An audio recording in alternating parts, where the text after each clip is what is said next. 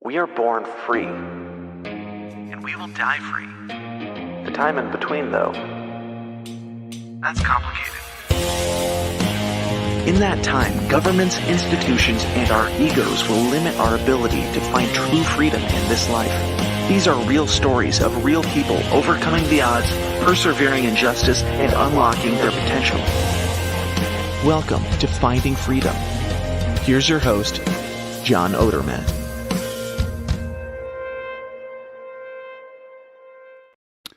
Hey, welcome back to another episode of Finding Freedom here on the Lions of Liberty Podcast Network. Great to have you here. If you're watching live, that's awesome.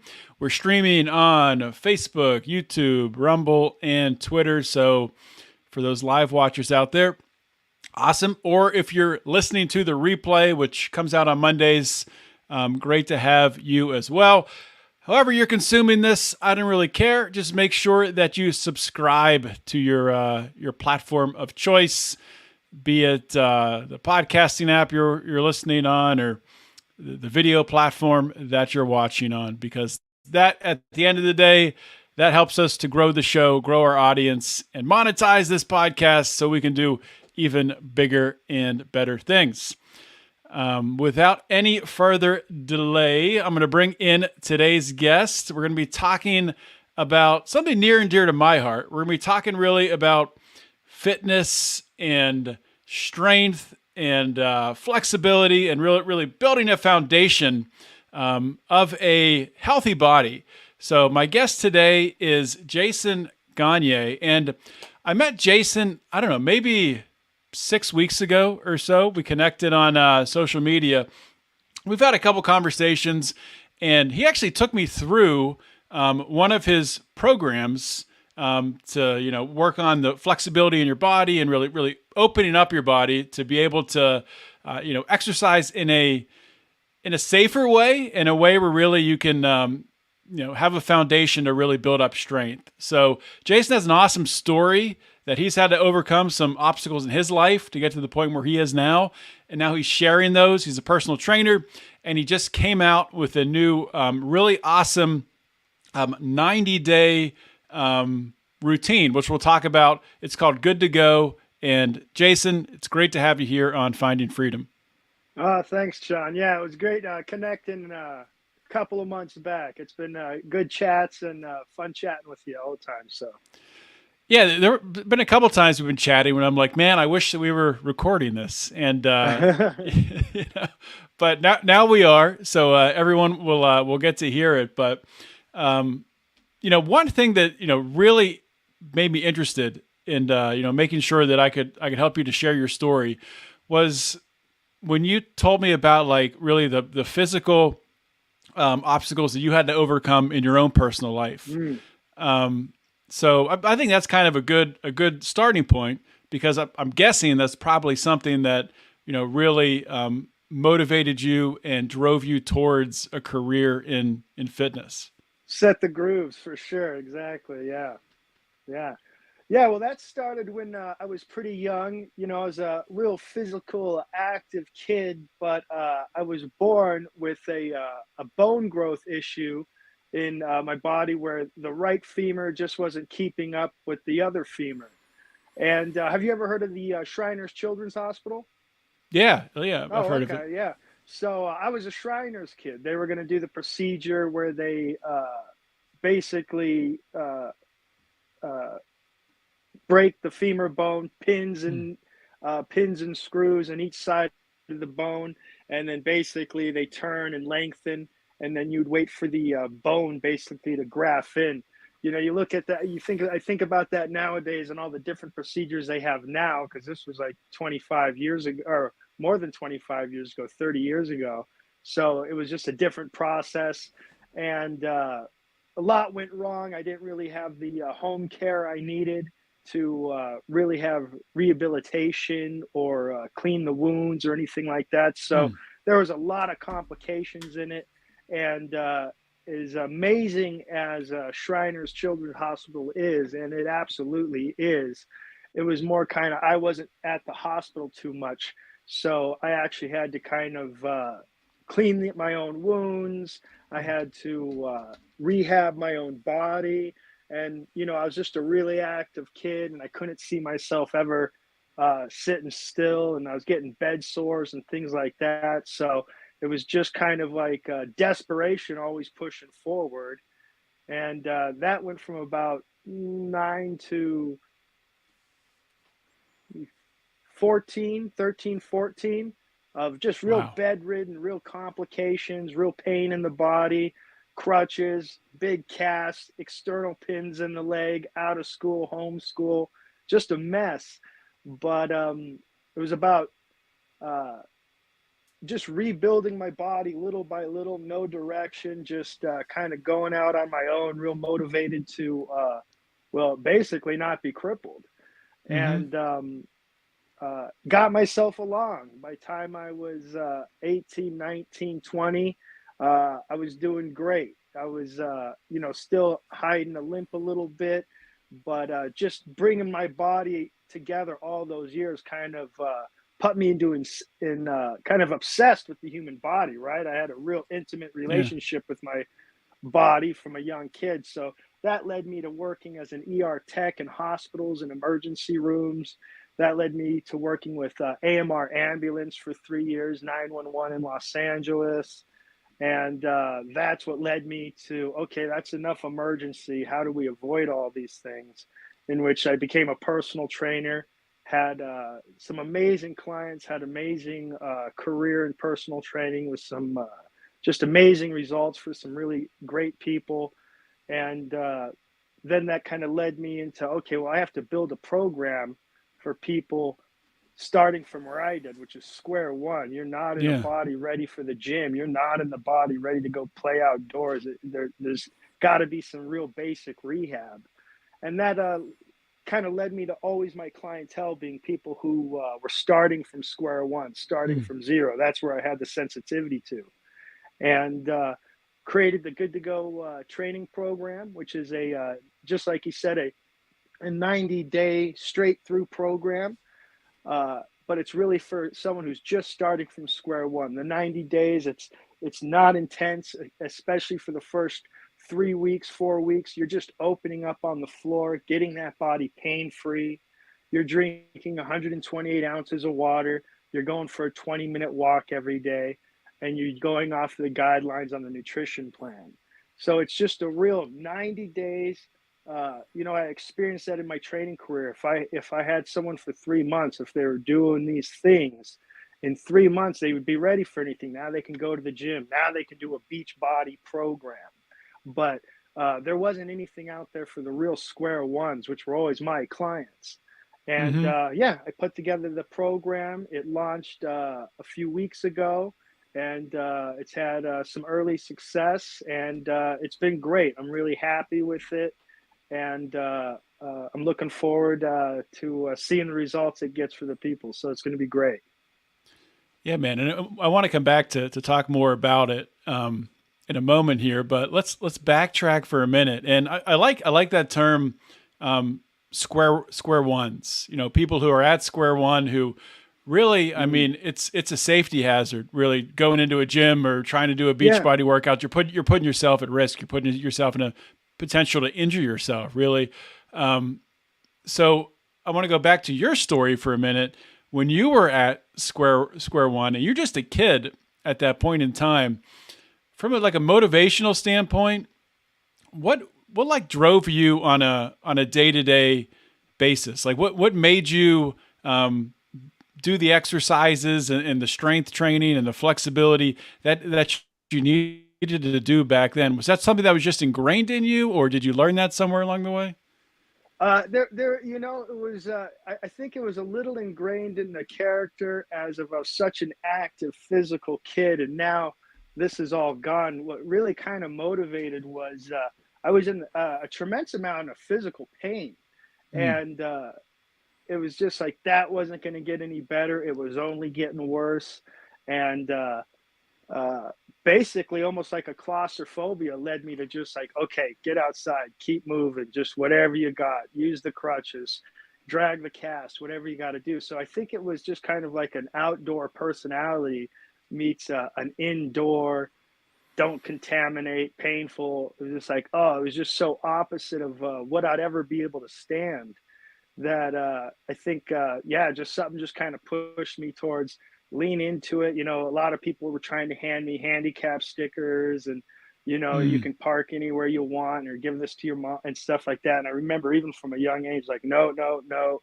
Like in my head, everyone was kind of calling me crippled when I felt injured. I'm like, no, I like this can, like it was a lot of walking around holding my ears, basically, and uh, it just worked. But there was a lot of luck to it. You know, I wish I could say, oh, I just toughed it through and I didn't have any breaking points and I was strong and I persevered. Hmm. But there was just kind of like lucky, as in it was very apparent to me when I was a kid there was going to be like no help. So really, it was going to be staying still as death. So there wasn't anything else to lean on. So I kind of had a focus.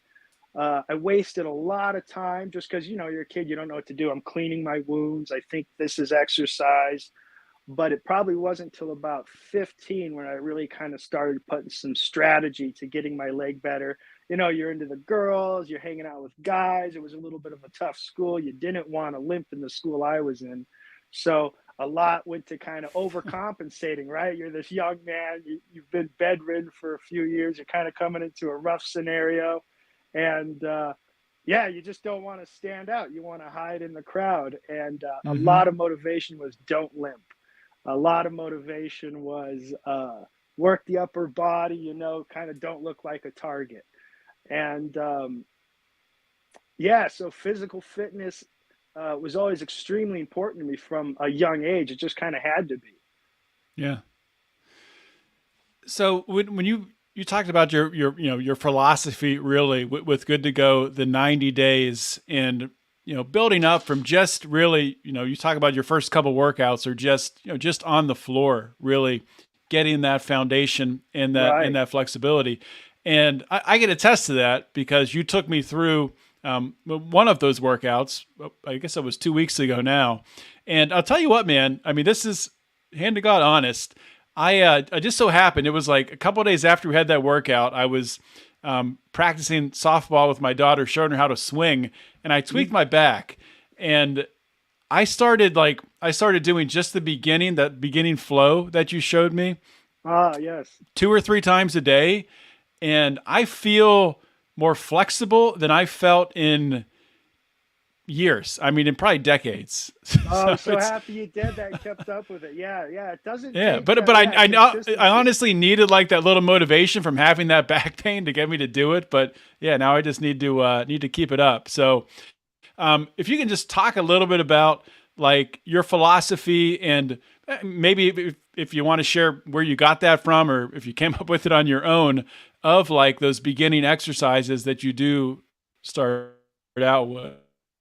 Oh, gotcha. Yeah. So came up with nothing on my own. You know, all the information is out there, you know, lots of research, a lot of mentors, a lot of books, a lot of studies. So, I mean, and a lot of clients, like over 20 years of clients rolling in and rolling out and experience with Mm, different people.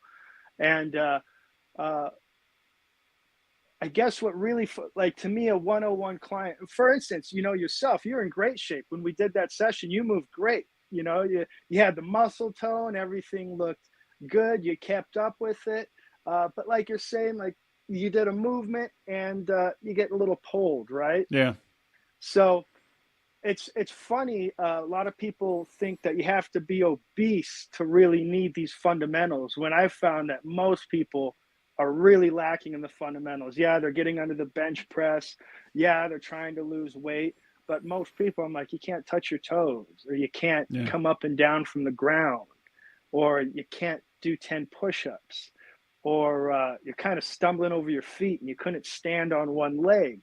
I was all, these are like real hazard points for a body. And a lot of people just walking around in pain from their bodies already tightening up. So I was always just kind of, well, what's the real fundamentals? Like, what are the truths that don't change? Because in the industry, there's this protein powder, and now do Tabatas or try this style. or hit the equipment or do class, so there's a lot of, I was like, okay, well, what are the truths that don't change? And I wanted to develop the program around that. So I was just like, okay, what are movements the body has to be able to do? Has to be able to touch its toes, has to be able to sit on its heels, has to be able to squat, has to be able to have open hip flexors, has to be able to balance, come up and down, do push-ups, do burpees.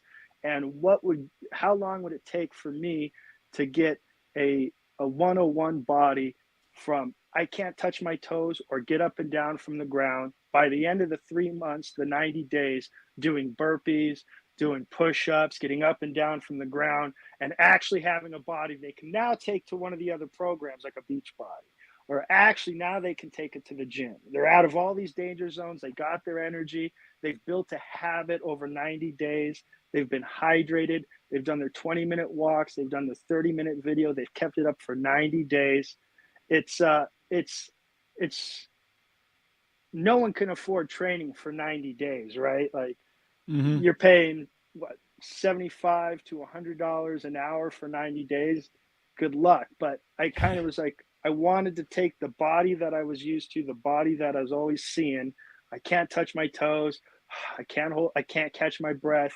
I can't even get up and down from the floor, and bring them to burpees, push-ups, squats at a comfortable rate, consistency, not intensity. And that's, boom, the Good to Go body program. I was just like, how do I get them to the point where they can now go do anything?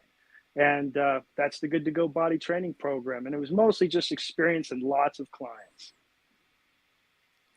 Yeah. So after people get their body good to go, do you have, a certain, you mentioned, CrossFit, you mentioned Beachbody, there, HIIT training, traditional, Olympic weightlifting. There's a lot of different options to work out. Do you have one that you favor, or does it depend on the person, or what's your philosophy on that? Lot depends on the person, right? I wish we were all cookie cutters. Life would be really easy. One thing that person did that worked would work for you. But I really kind of base myself off the philosophy. I'm 41 now. I like my strength. I like my conditioning. I like my flexibility. So when you kind of get into that phase, which is where we all get to, you get the Good to Go body training program. My philosophy is, if I don't see myself doing it at 80, I don't do it now. So powerlifting, is Jason going to be a power lifter at 80? No, he's probably not going to be a power lifter. Okay, is Jason gonna be a skier at 80? No, I'm not going to be skiing when I'm 80, so I pass that on.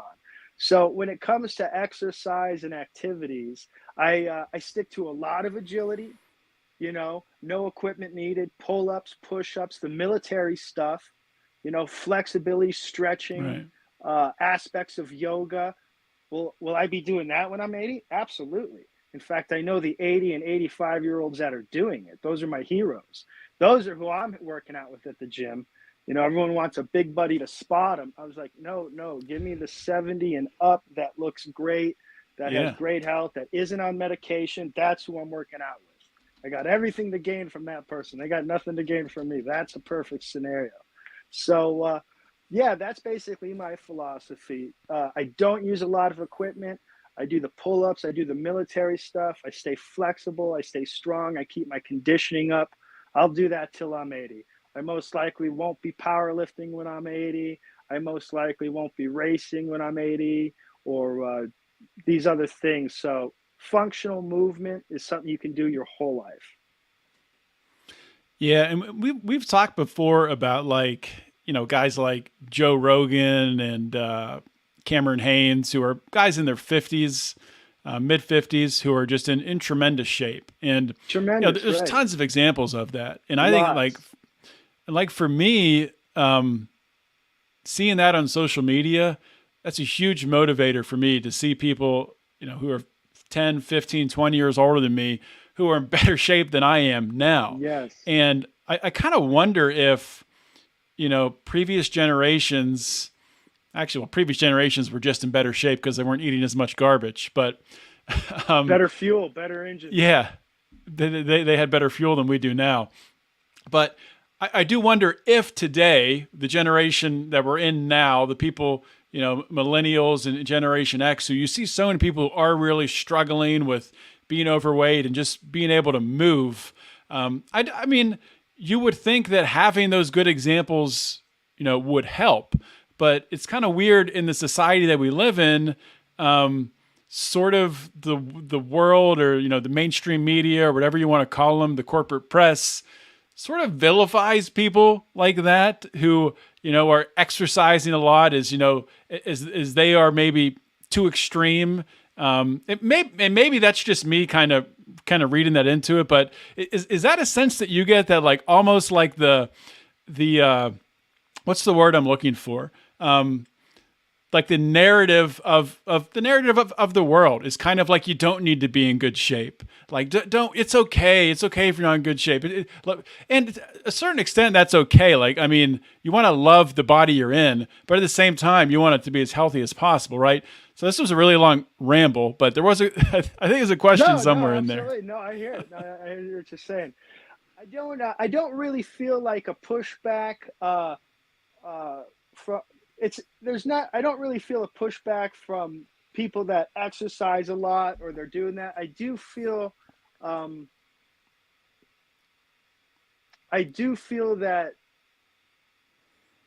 basically, I feel that, obesity, we'll pick obesity for this. We won't talk about tight or conditioning or anything. We'll pick obesity for this. I do feel like obesity is kind of being a little bit more preached as a condition, as in more like something you can kind of take care of. So I don't see people really taking people down for working out, but I don't see, there's always a medication to get you out of obesity, right? Right.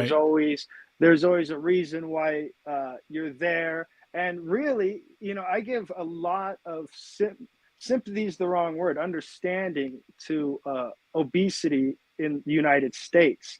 It's not, people go, oh, drop weight, just exercise, just eat right.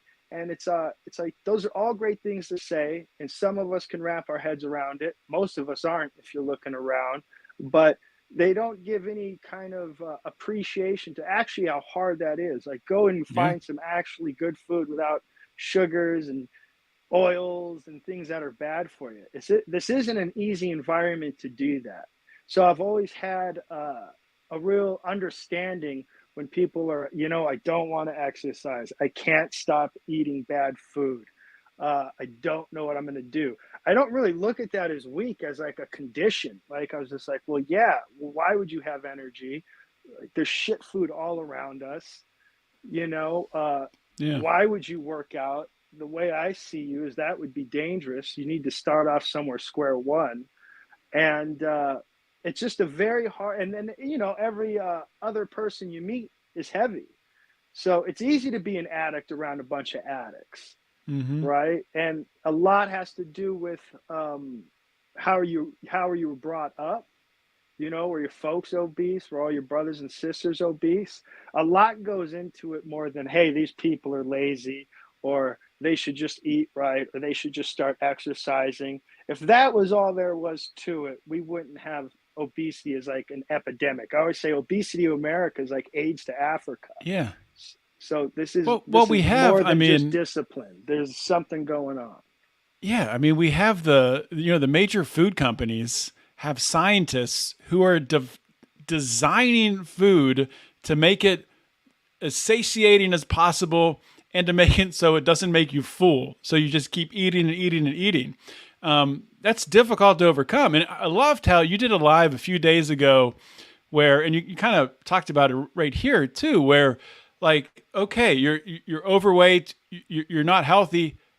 That's okay. That's normal right now. This is a starting point, right? I forget how you phrased it, but it's all right if you don't have everything together right now. I mean, you have to start somewhere.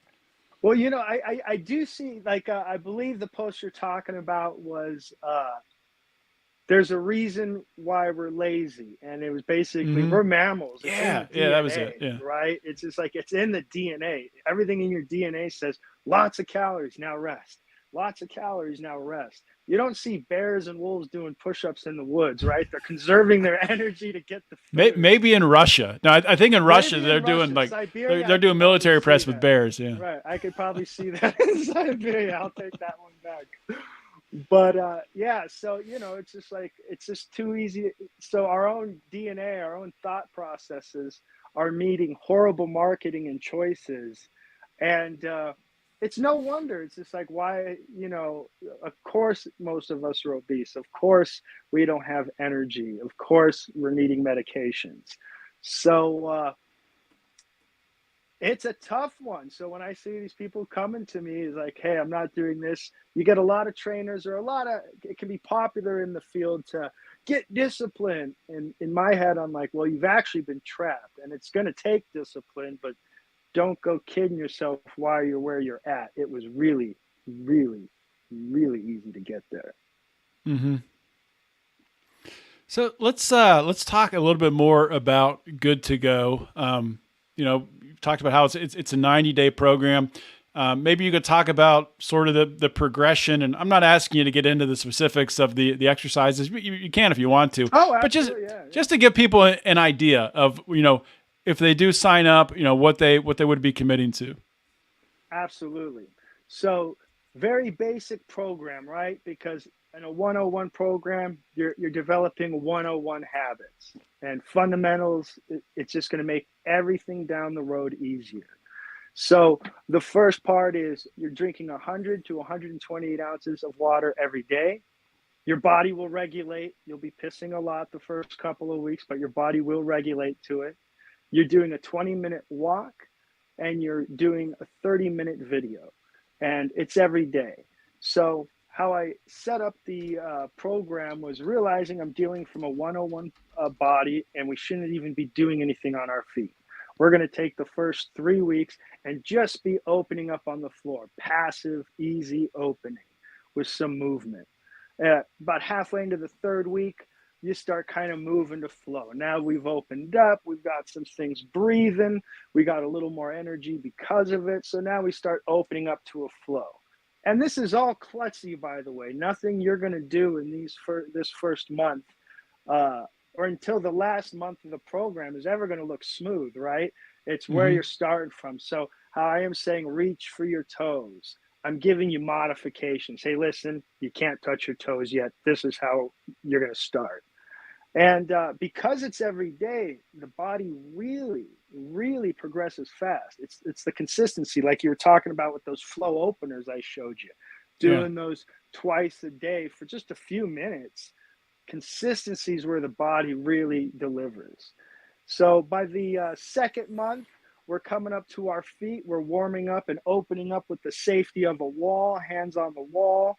By the mid through the second month, we're getting up. We're coming down from the floor and we're working on the moves like the push-ups, the sit-ups, the crunches. Again, everything looking pathetic, everything looking miserable because you're a 101 body. Why would this look good, right?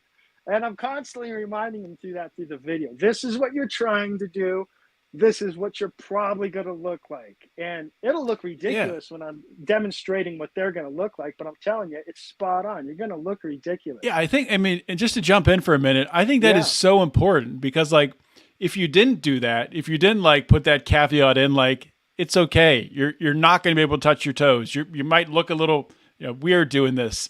Gonna look ridiculous. But you get better because people could get frustrated and see you, showing them. Because I think a lot of personal trainers do that, especially in this virtual world that we live in, where they're just showing here, you just do this move here, and the person looks at it like, I can't do that, so they quit. I'm not even going to attempt that. That's like asking me, hey, try a backflip. I'm not trying a backflip. What are you talking about? I'll get hurt.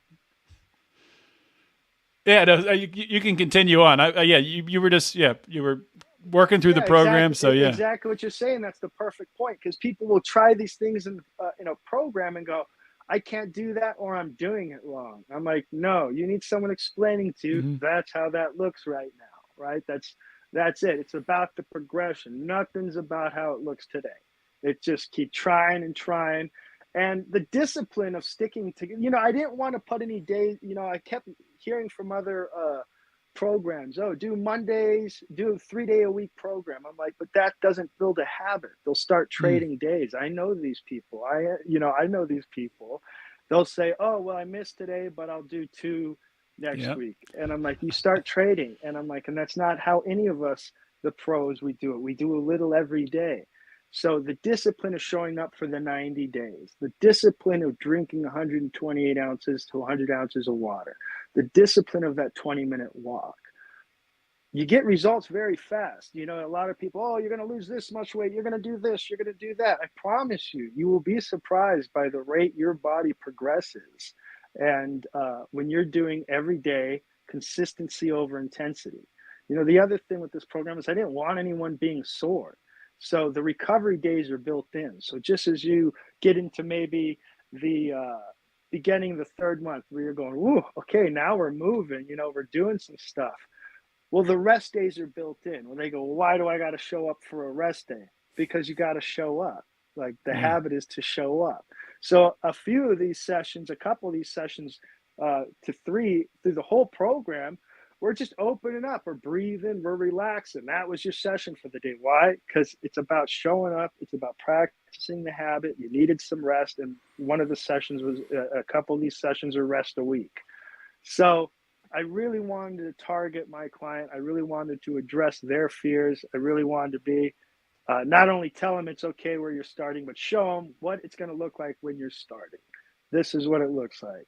Like Goofy has everything to do with it. That's why we're on the floor for the first 6 weeks. We're not moving. We're not bringing it up. So, yeah, it was basically just knowing my client when I built this program, knowing what they needed, knowing the pace, and knowing where I can get them from day 1 to day 90. Oh, you still there, Jason? Yep, I'm lost for a minute. here. Okay. Yeah, so you were talking about knowing your client, right? So you've been doing this for a long time, and you've been doing it virtually for I'm not sure how many years, but I'm assuming at years now, before the pandemic. Yes. So yeah, tell us about that transition, how you got into virtual training just as a thing, and the response to it.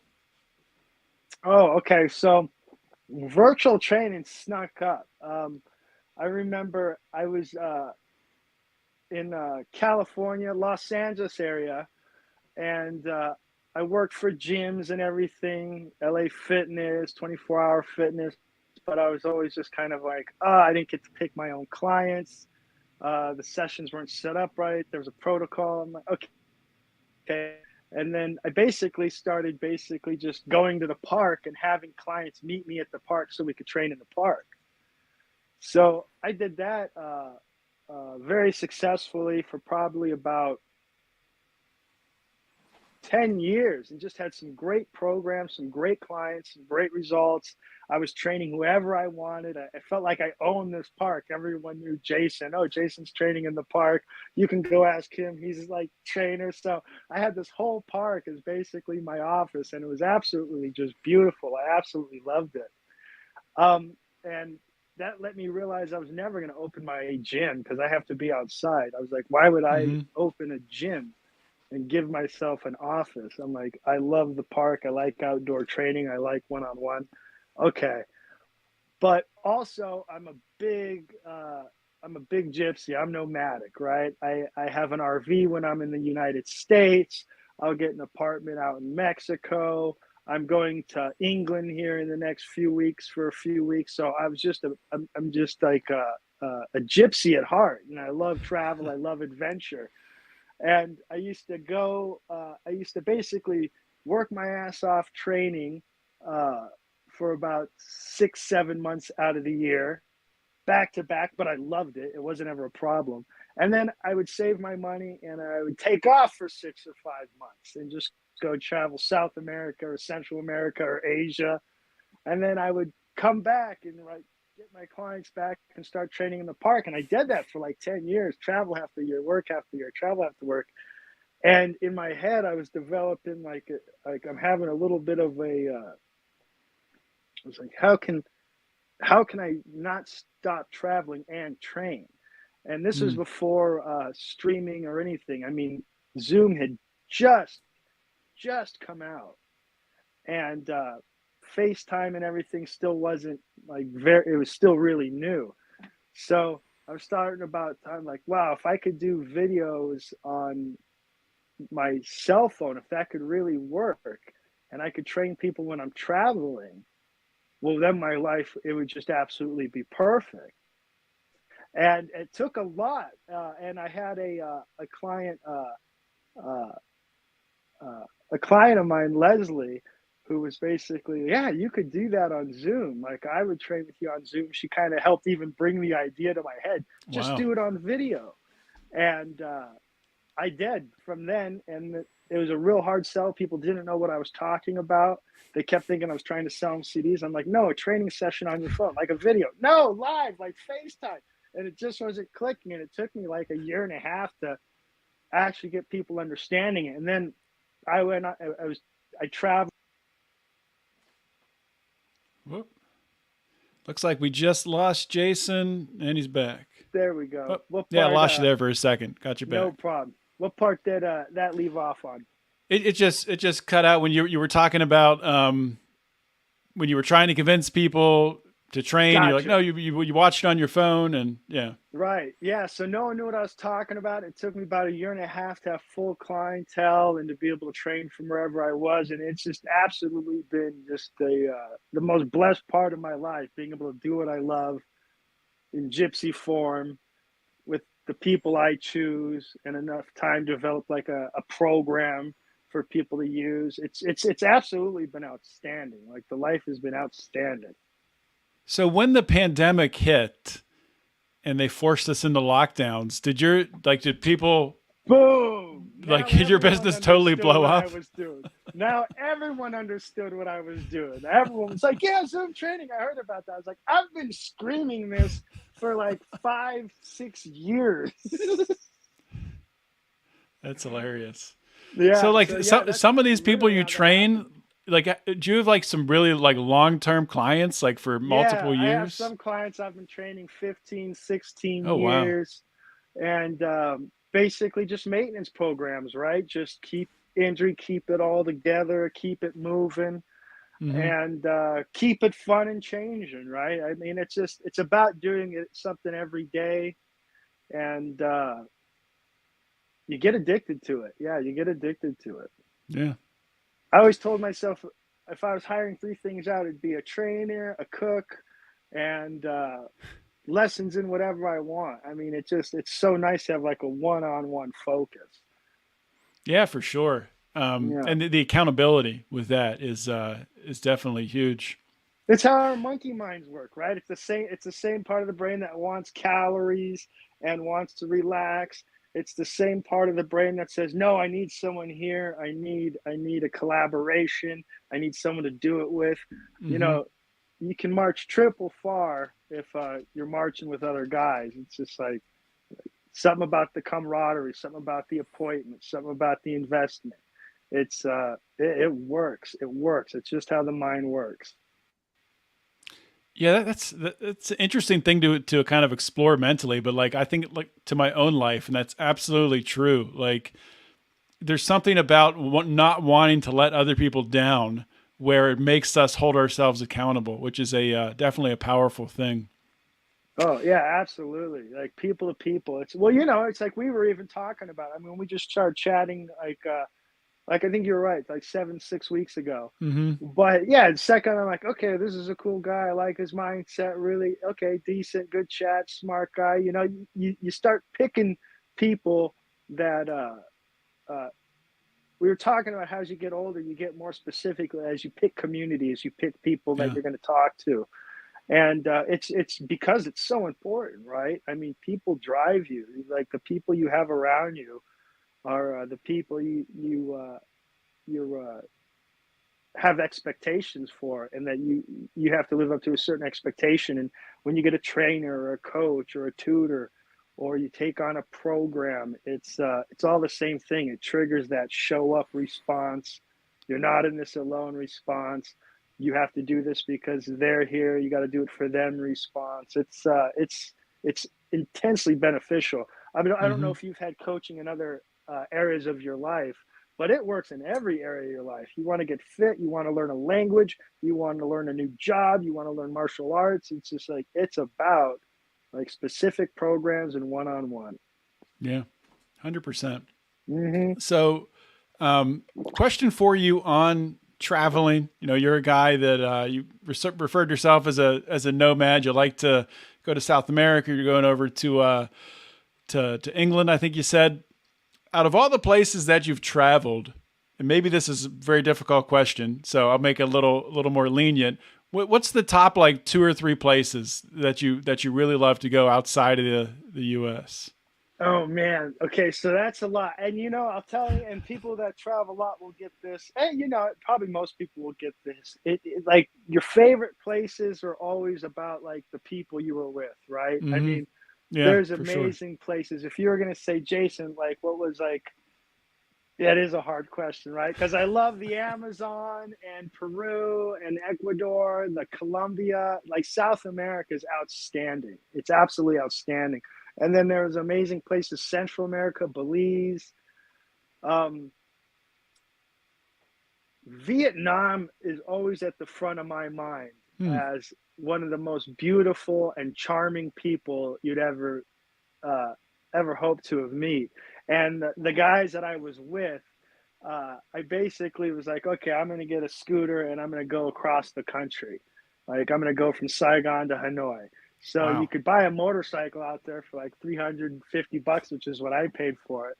And you get to the hostels and I meet this guy from Australia, Mark. And then we meet a guy from India, Panut. And then we meet Marty from France, and we have Connor from England, and we have John from Germany, and all of a sudden we have like this NATO scooter gang, right? We all have our Vespas, and we're all like, yeah, let's cut across. And these are all just like cool guys, gentlemen, really, really smart, traveling and it was just an absolute blast. That was an amazing time. Um, I basically trekked and bussed from Costa Rica to Peru. I met a lot of travel buddies there. I was traveling with my buddy Shane. I was traveling with a buddy that we met in Ecuador, James from England, and got to do like ayahuasca and Amazon. So I don't know, and then it's a hard one. And then, you Yeah. can never forget the US. The US with a road trip is Yeah. amazing. You can really forget the US is an amazing country to road trip. Yeah. You Yeah, look you at the see, you got me maps, all like excited talking about traveling now. Like I forgot the question. Favorite place is a hard one.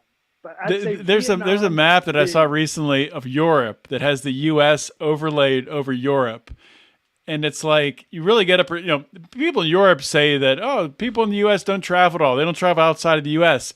But you see like the distances of going A from like lot here. Pittsburgh to Yeah, Houston. If that was Europe, you're traveling across like 4 countries. right. So it's wild. Yeah, it definitely is underrated what we do have here.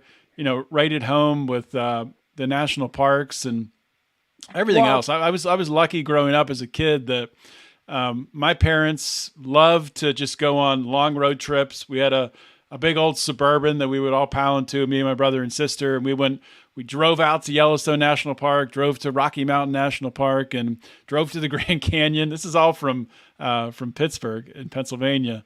But yeah, I mean, it's good to get on you the know, road for sure. It's great. Well, it's funny because the rules are different in different places, right? One of my favorite things to do is just show up somewhere I haven't been, figure out where I'm going from there, and find a cool way and cool people to do it with.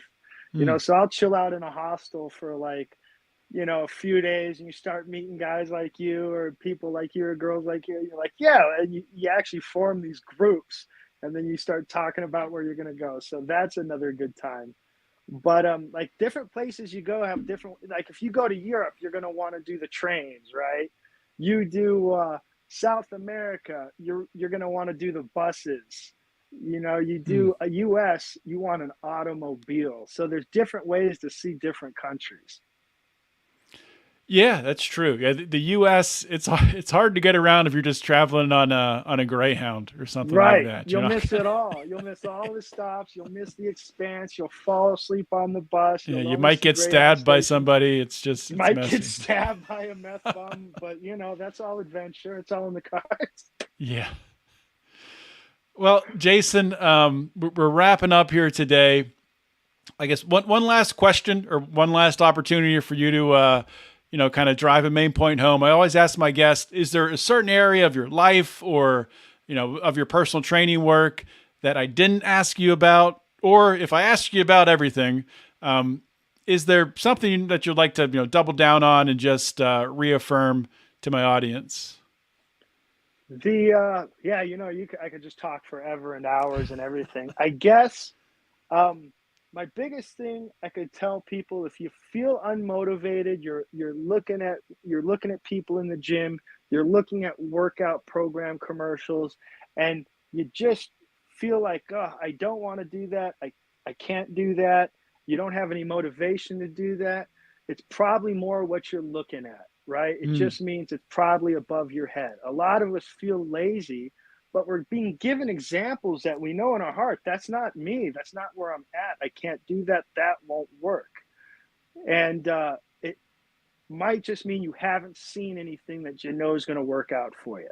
Always start at your level. Don't just go running into anything, right? You don't want to be all passion and no plan. I see it all the time. Lots of mm, passion, no plan, right?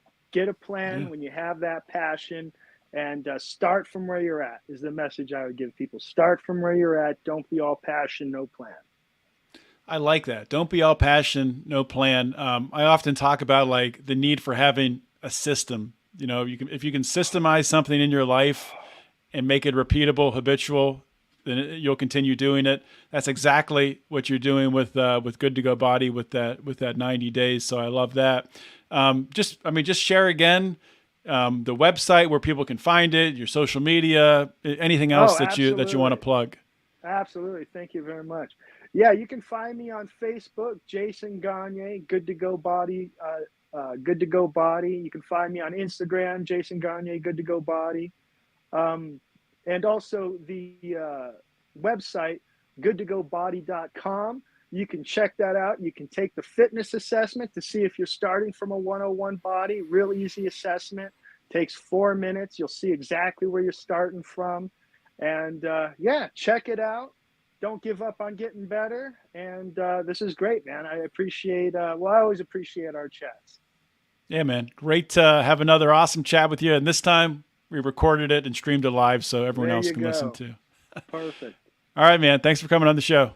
All right, brother. Thank you so much. All right, guys. Hopefully you enjoyed, guys and girls. I'm sure there's a lot of women out there watching and listening to. I'm sure you enjoyed this show. I hope you enjoyed this show. I enjoyed it. I can't talk today. Really great interview. Great perspective. Have a lot of respect for what Jason is doing. Like I talked about, I think he's filling a definite need within the fitness community that is just not there. People end up starting too fast, end up getting hurt because their body is just not ready to get in the gym, lifting and moving in those ways. So check out Good to Go Body. I will link to everything on the show notes page at lionsofliberty.com. Be sure that you subscribe to the Lions of Liberty Network on your favorite podcasting app, or if you just want to subscribe to this show, Finding Freedom, you can find that, Finding Freedom with John Odermatt, on any podcasting app. Or if you like video, of course, we have YouTube and Rumble. So check it out there. Thanks for watching live, or thanks for listening, and I will see you all next week. In the meantime, always remember to keep your head up and the fires of liberty burning.